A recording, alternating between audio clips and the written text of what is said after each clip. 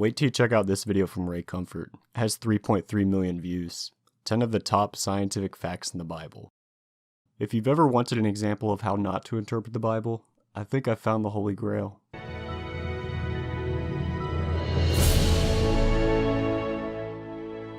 In Leviticus 13, verse 46, the Bible speaks of quarantine long before medical science discovered the importance of isolating those with infectious diseases.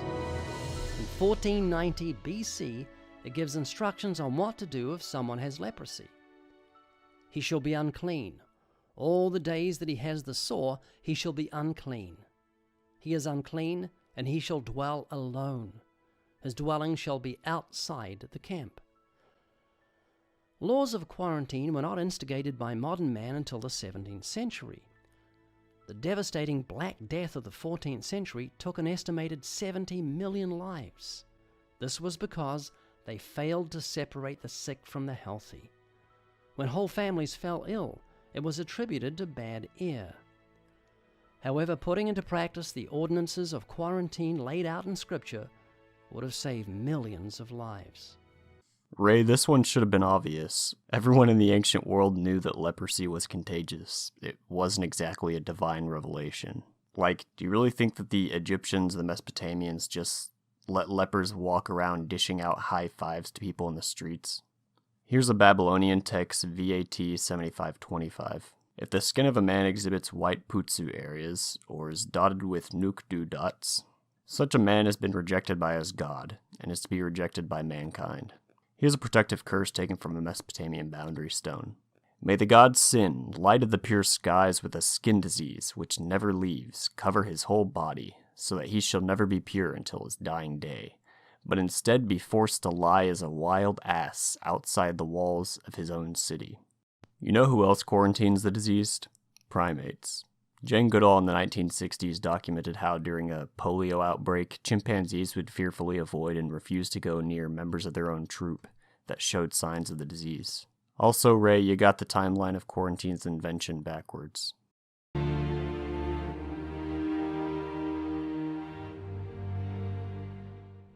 Leviticus 17 verse 11 says, "For the life of the flesh is in the blood, and I've given it to you upon the altar to make atonement for your souls, for it is the blood that makes atonement."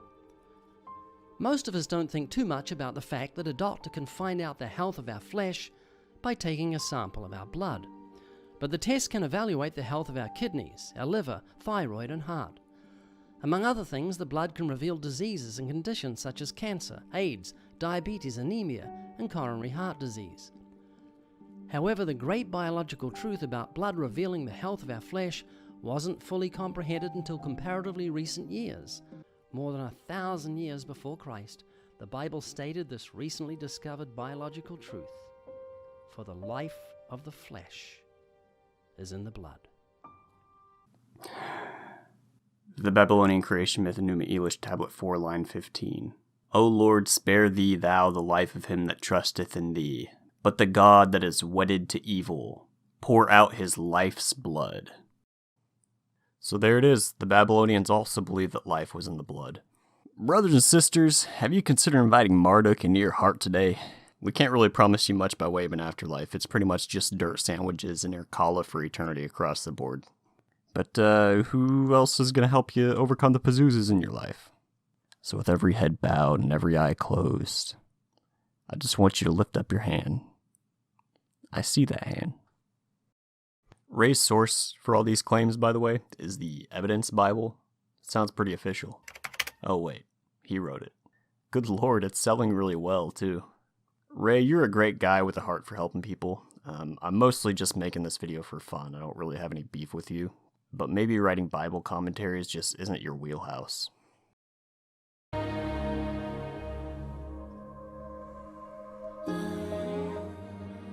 In the book of Job, chapter 38, verse 35, God asked Job a very strange question back in 1500 BC.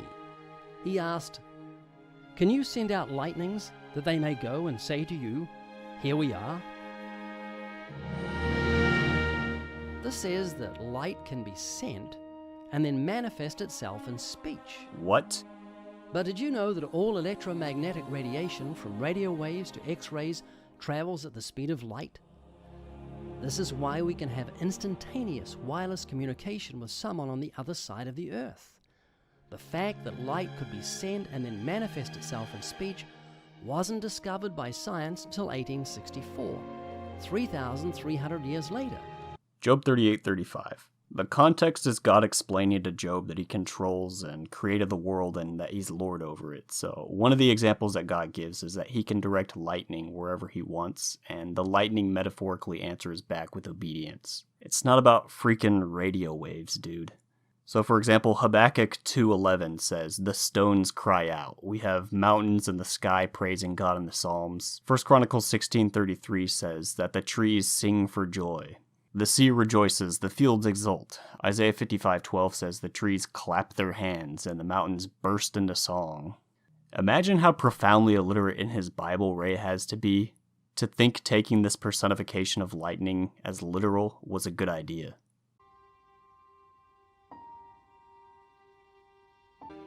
At a time when it was believed that the earth sat on a large animal or on a giant, 1500 years before Christ, the Bible spoke of the earth's free float in space.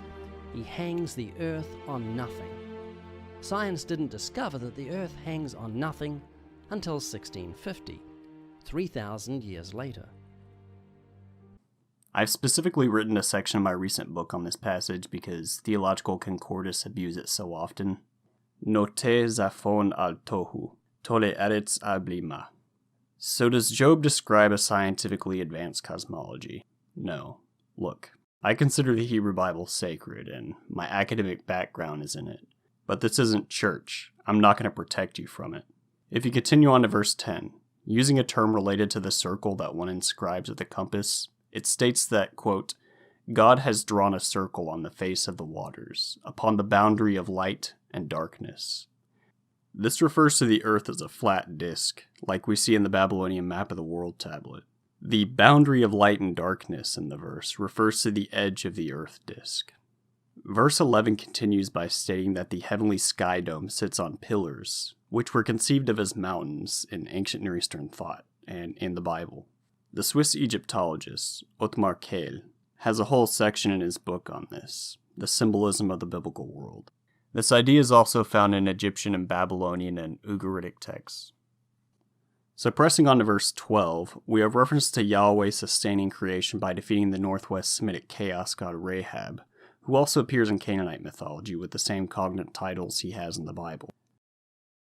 So if we hop back to verse 7, the Hebrew says God stretches out Zaphon over chaos. Zaphon can just mean the north, as it is expressed in Ray's translation. But it's also the name of the cosmic mountain where God and his divine beings held council in northwest Semitic mythology. This word void actually implies chaotic waters, tohu. It's one of the terms used to describe the watery chaos and void in Genesis 1.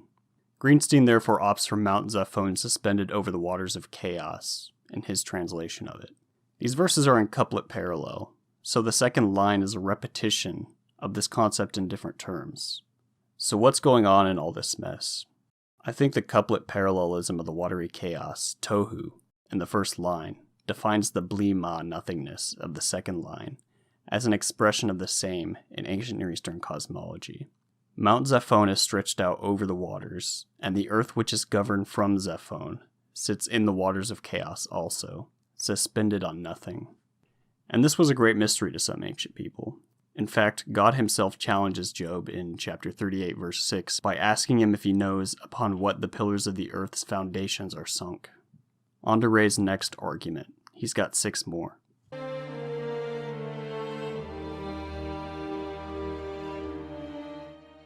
The scriptures tell us that the earth is round. Isaiah 40:22 says, "It is he who sits above the circle of the earth." The word translated circle is the Hebrew word chud, which is also translated circle or compass, depending on the context. That is, it indicates something spherical, rounded or arched, not something that's flat or square. The book of Isaiah was written sometime between 740 and 680 BC. Aristotle, the Greek philosopher, theorized that the earth was round by watching the masts of ships sink down over the horizon. He could have saved himself a lot of study if he had read the Bible, which stated that fact 300 years earlier. Ray, you actually got part of that right. The word hug implies a two-dimensional shape drawn with a compass, and it forms the root of a Hebrew word for a craftsman's compass in Isaiah 44:13. It was commonly thought in the ancient Near East that the earth was a flat disk. Look, read one verse further. Quote, God stretches out the skies like a canopy, and spreads them out like a tent to dwell in. So, this verse, like the Babylonian creation account, has God creating the sky by stretching it out like a tent over the flat ground of the earth. Look, the earth is a round disk in Egyptian art. Here it is in Babylonian art again. Notice the earth here was literally impressed in the clay with a compass. It was another 2,000 years later, at a time when many in science believed that the earth was flat, that the scriptures inspired Christopher Columbus to sail around the world. Yeah, so it was common knowledge that the earth was round in Columbus's day. Actually, according to the 2 minutes of bro science Googling I just did, he apparently wildly misinterpreted the book of 2nd Esdras, chapter 6, verse 42 in the Apocrypha, which talks about the earth being portioned into 7 parts. And he used this to derive his theory that the Indies must have been only 2,400 miles from Portugal, which is why he thought you could sail around the globe from Spain.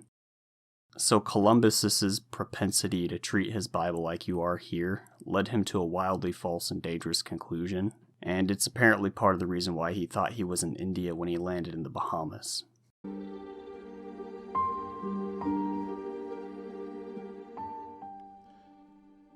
Encyclopedia Britannica documents that in 1845, a young doctor in Vienna named Dr. Agnes Semmelweis was horrified at the death rate of women who gave birth in hospitals. As many as 30% died after childbirth.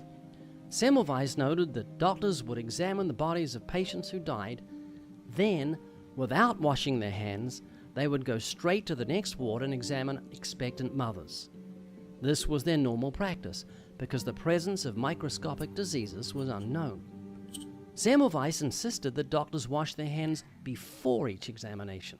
When they did that, the death rate immediately dropped down to 2%. Look now at the specific instructions the Bible gives to the Hebrew nation over 3,000 years ago when it comes to dealing with disease.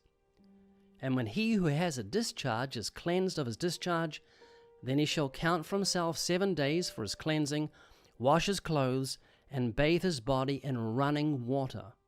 Then he shall be clean. Alright, first, Ray's whole point is about washing in running water, but Semmelweis didn't introduce hand washing in running water. He had his colleagues sterilize their hands by dipping them in calcium hypochlorite, an antiseptic. In regards to Ray's claim that the concept of washing for health was a huge scientific discovery, I want to read to you from Herodotus, Book 2, Chapter 34. This is a pretty well-known passage. Quote, the Egyptians drink from cups of bronze and rinse them out every day. And not only some do this, but all. They wear garments of linen always newly washed, and this they make a special point of practice. They circumcise themselves for the sake of cleanliness, preferring to be clean rather than comely. The priests shave themselves all over their body every other day, so that no lice or any other foul thing may come upon them when they minister to the gods. And the priests wear garments of linen only, and sandals of papyrus. These wash themselves in cold water twice in the day and twice again at night. We also have point-blank Sumerian and Babylonian texts that prescribe washing of wounds. They didn't know about germ theory, but they knew that it helped because they weren't blithering morons. Soap is as old as ancient Sumeria. All you need to make lye is to run water through ash. It's not that complicated. We also have texts where Sumerians and Babylonians would sterilize wounds and surgery sites with beer, vinegar, and hot water, as well as detailed instructions for surgeries using obsidian blades and wound dressing. So no, Ray, ancient people weren't filthy, disgusting idiots that didn't know how to wash themselves. They generally knew that it was important for avoiding and fighting diseases. Matthew Murray is considered the father of oceanography. He noticed the expression, the paths of the sea, in Psalm 8 verse 8, written 2,800 years ago. And he said, if God said there are paths in the sea, I'm going to find them. Maury then took God at his word and went looking for these paths, and we are indebted to his discovery of the warm and cold continental currents. His book on oceanography remains a basic text on the subject and is still used in universities.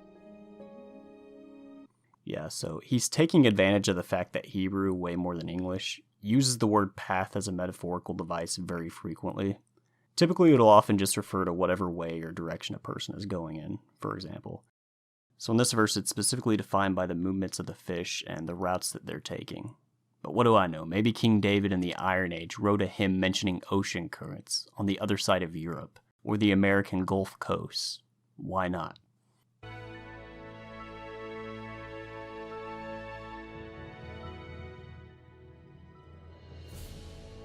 Genesis chapter 2 verse 1 says, "Thus the heavens and the earth and all the host of them were finished."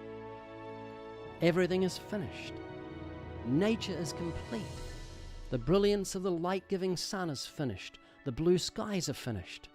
The clouds drop their rain, cleansing the air and giving life to the earth. The tall trees are finished, giving us oxygen to breathe.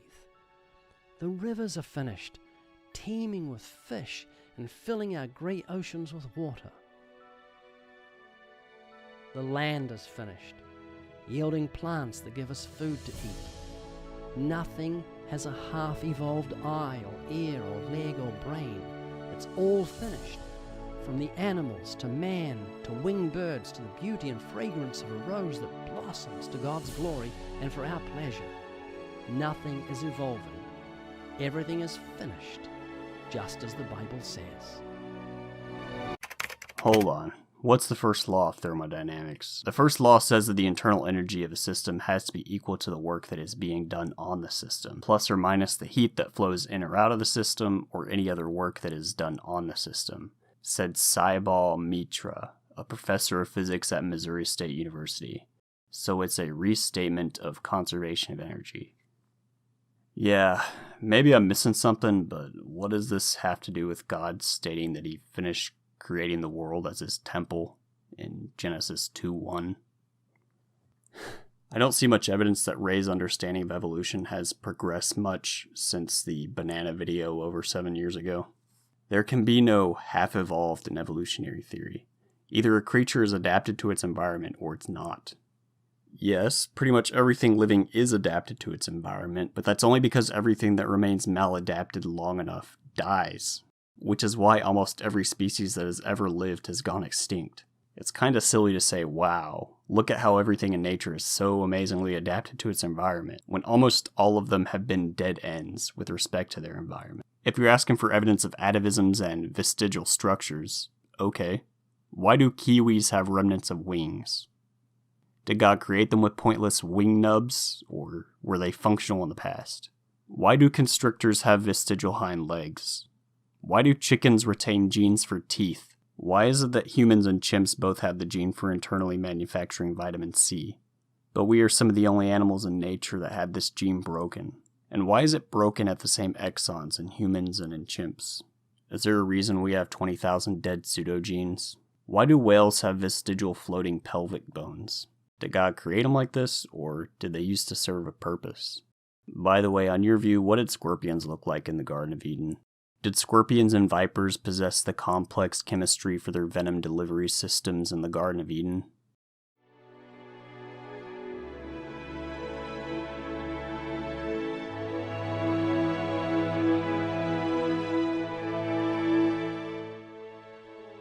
In Genesis chapter 6, God gave Noah the dimensions of the 1.5 million cubic foot ark he was to build.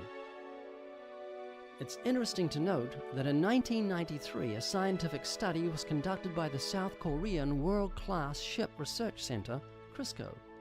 They compared 12 hulls of different shapes and discovered that no modern design outperformed the biblical model. The length of the ark was 6 times its width and 10 times its height. Many contemporary ships are built with similar proportions, although the length to breadth ratio is usually chosen with regard to the power required to move them through the water. The ark needed only to keep afloat. So John Walton, in his book on the flood, warns that in the culture of the ancient Near East, numbers like those given for the ark's dimensions were typically highly non-literal and symbolic. Especially in Mesopotamia, for example, where you get all sorts of non-literal numbers for the dimensions of temples. And we see this mode of using numbers a lot in the Bible and in its genealogies, for example. It's pretty standard for the genre. That doesn't mean that the numbers are necessarily false, it just means that they operate in a different symbolic mode than what modern people are always privy to. So Walton warns people against making this argument that Ray is here. The Bible itself doesn't even claim that these dimensions should be taken as a scientific revelation. And the reason why I bring this up is, well, Ray is correct that these long, thin dimensions are optimal for modern ships built for power conservation as their forward bow cuts through the water, which is exactly what Ray just said if you listen to him carefully. But his conclusion that this therefore means that a long, thin ship sitting dead in the water with no engine is therefore optimal for staying afloat in a storm just seems so self-evidently wrong, because the side of the hull becomes a huge wall for catching waves, and it's gonna tend to parallel itself with them to take their full force as the largest surface area. And I hate to disappoint people, but here's what I mean. This 19th century painting by Edward Hicks and the basic dimensions taken from Genesis in the Bible have given Day and his team inspiration to build an exact scale model of the Ark. A 220-foot wave tank will simulate storm conditions that the Ark would have likely encountered in the flood. On board, Noah would have had no power to control the direction of his huge ship. And as soon as the waves hit the bow, the Ark quickly swings to the most unstable position. The boat is now taking the full force of the swell, side on.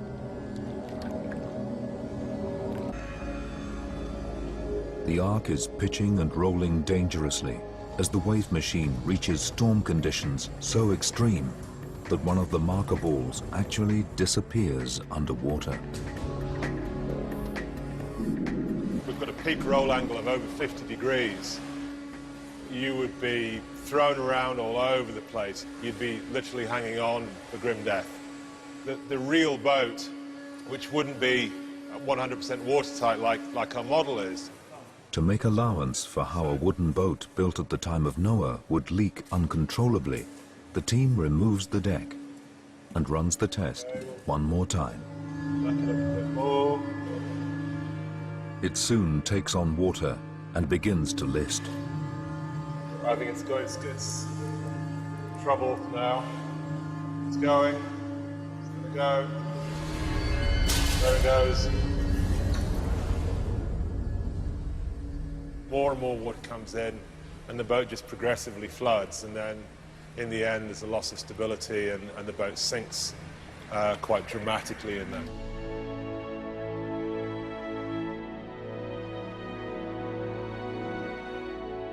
I don't want to talk about Behemoth's penis again. I'm so sick of it. In Job 40 verse 15, God himself speaks to Job of a creature he created called Behemoth in the navel of his belly.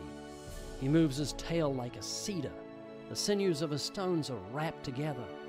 His bones are as strong pieces of brass. His bones are like bars of iron.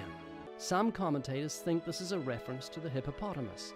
However, one of the characteristics of this massive animal was that it had a tail that is likened to a cedar, which is a very large tree. Clearly, the hippopotamus doesn't qualify. Alright, I've talked and written about this subject so frequently to the point that I'm kinda notorious for it. I jotted down some notes. Here's 7 reasons why Behemoth is not a dinosaur. 1. Behemoth is probably mythological because Leviathan is, and the two contextualize each other. 2. Behemoth is probably mythological because unanimously in ancient Jewish literature and tradition, he's considered a mythological creature, like he's particularly associated with the eschaton. 3. Sauropods, like brachiosauruses, for example, they eat from trees. Like their whole biomorphology is based around eating from trees. It's kind of like Job, they have a long neck, the long in Job neck. 40, one of the first lines is he eats grass as an ox or like an ox. Reason number 4. Biblical Hebrew, it has words for scales. It has words for dragons. It has words for reptiles, and nothing like that is implied or used in Job 40. In fact, the word that Behemoth his name is formed off of is the Hebrew word Behemoth, which almost always or always just refers to like a mammalian creature, usually like an ox. A fifth reason is that in Job 40, and there's another text in the Psalms that may mention Behemoth, but he's paralleled in certain ways within the poetry with other like animals of the mountains or beasts of the fields.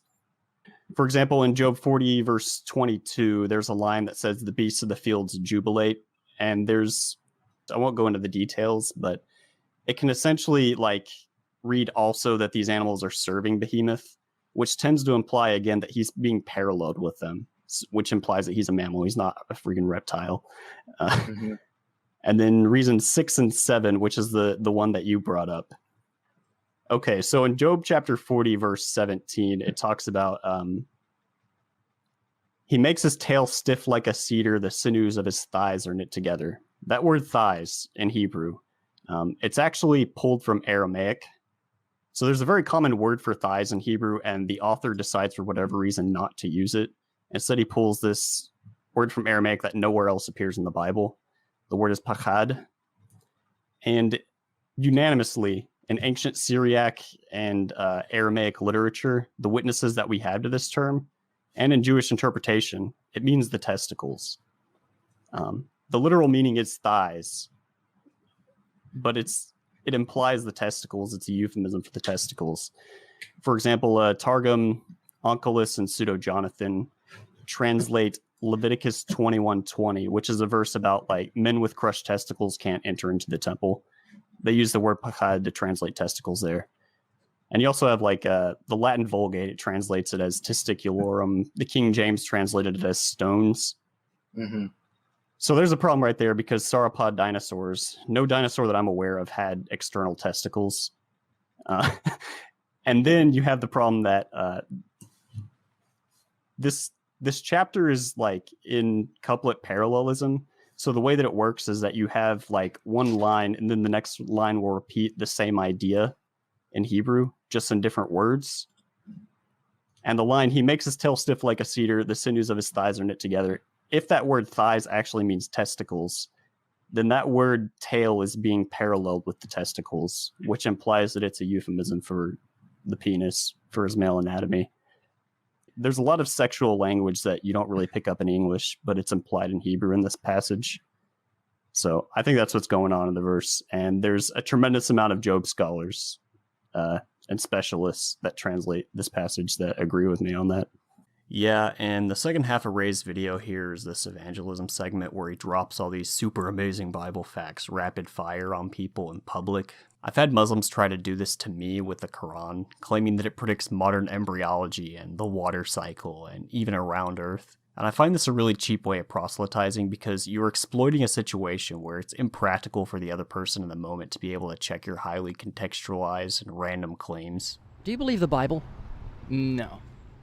Would it make any difference to you if I told you the Bible is full of scientific and medical facts written thousands of years before man discovered them? It speaks of the earth's free float in space. It says, the book of Job, the earth hangs upon nothing. It says in the book of Isaiah, he that sits upon the circle of the earth. It speaks of quarantining thousands of years before we discovered it. It speaks of washing hands under running water when dealing with disease. When a Muslim comes up to me and tells me that Surah 23 amazingly predicts modern embryology, it's just annoying. I don't know the context. I don't have a Quran on me. I don't feel like looking it up and working through it on the spot, especially if there's a camera in my face. I don't read Arabic, so his claim isn't convincing. It just comes across as canned propaganda. I guess I'll close out by saying one of the reasons that I'm responding to Ray is that he thinks that he's defending the Bible, but I think he's inadvertently doing the opposite. He's trying to make it into something that it was never intended to be by its authors. And ironically, when religious people handle the Bible like this, they're training the general culture to think that this sort of thing that Ray is doing is a legitimate mode of treating the Bible. In the book of Leviticus, it speaks of the life of the flesh being in the blood. We didn't discover that until just recently, that your blood carries information about your flesh. Your blood tells your doctor all about your body. That was written in the Bible 3,000 years ago. That shows the Bible's supernatural in origin. There's many scientific and medical facts in the Bible. I know Ray theologically has to say that he adores the Bible as a Christian, but if you're exploiting it in this gimmicky manner for points in an argument, are you really handling it with care and respect? I would never, for example, dream of critiquing Hindu or Buddhist or religious Stoic texts in this way, or to discount them or make fun of them for containing pre-scientific ideas, at least unless those pre-scientific elements involved were actually essential to a larger particular truth claim in them, or was explicitly claimed in the context to be scientifically prophetic. It's just childish and disrespectful to judge religious traditions through the primary rubric of modern science, when, apart from occasional exceptions, they weren't generally intended to operate in that mode. Yet, when it comes to the Bible, that's immediately the rubric that everyone jumps to, because evangelicals, again, they've taught everyone to think that it's sophisticated.